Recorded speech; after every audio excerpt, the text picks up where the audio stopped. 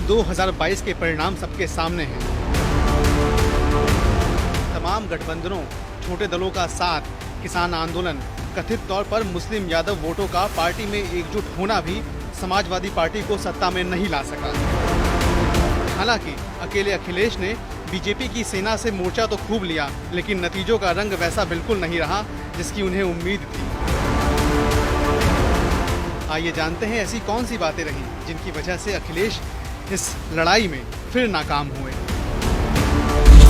सपा के MY पर भारी बीजेपी का MY। चुनाव से पहले ऐसी संभावनाएं थीं कि मुस्लिम और यादव वोट एकजुट होकर SP के पक्ष में वोट करेगा। पश्चिमी यूपी से आए नतीजे ऐसा इशारा भी कर रहे हैं, लेकिन यूपी की सभी 403 विधानसभा सीटों पर ऐसा दिखाई नहीं दे रहा है। विधानसभा के इस दंगल में सपा के MY पर बीजेपी का MY भारी रहा। बीजेपी का MY यानी मोदी और योगी फैक्टर। कई मौकों पर PM ने खुद डबल इंजन की सरकार का जिक्र भी किया। जनता ने बेहतर सामंजस्य की स्थिति को समझा और अपना मत इसी जोड़ी को दिया। नहीं बदल सकी छवि। 2012 में अखिलेश ने जिस दिन मुख्यमंत्री पद की शपथ ली थी, उसके तुरंत बाद ही मंच पर समाजवादी पार्टी के कार्यकर्ता चढ़ गए और जमकर हंगामा किया। पार्टी की ये वह छवि थी जो आज भी रह रहकर कई जगहों पर सामने आती रहती है। SP अपने कार्यकर्ताओं की इस इमेज को बदल सकने में नाकाम रही। कार्यकर्ताओं की हुल्लड़बाजी के साथ ही पार्टी के शासनकाल में अपराध का दौर भी जनता भुला नहीं सकी है। रही सही कसर 2022 के चुनाव में अखिलेश के टिकट वितरण ने पूरी कर दी। नाहिद हसन से लेकर मुख्तार अंसारी के परिवार को चुनाव में उतारना।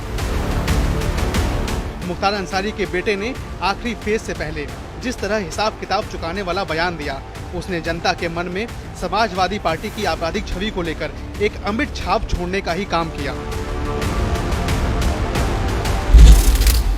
सुरक्षा व्यवस्था।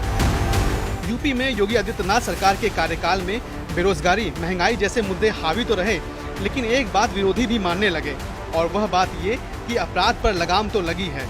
इस अपराध मुक्त माहौल में ही बेटियां स्वच्छंद होकर स्कूल पहुंचने लगी तो कारोबारियों में अपनी संपत्ति की चोरी का खतरा भी कम हुआ।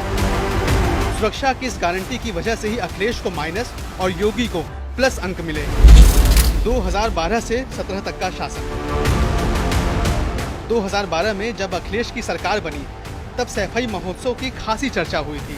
सैफई महोत्सव में पूरी सरकार की हाजिरी लगने लगी, करोड़ों रुपए खर्च किए गए। इसके अलावा आपराधिक गतिविधियां, दंगे, मुस्लिम तुष्टीकरण, इन मुद्दों पर अखिलेश को विरोध ही झेलना पड़ा। राज्य की सरकार हमेशा इन मोर्चों पर बैकफुट पर ही दिखाई दी। इन सभी मुद्दों को जिस पार्टी ने भुना डाला, उसका नाम था भारतीय जनता पार्टी। योजना का क्रियान्वयन।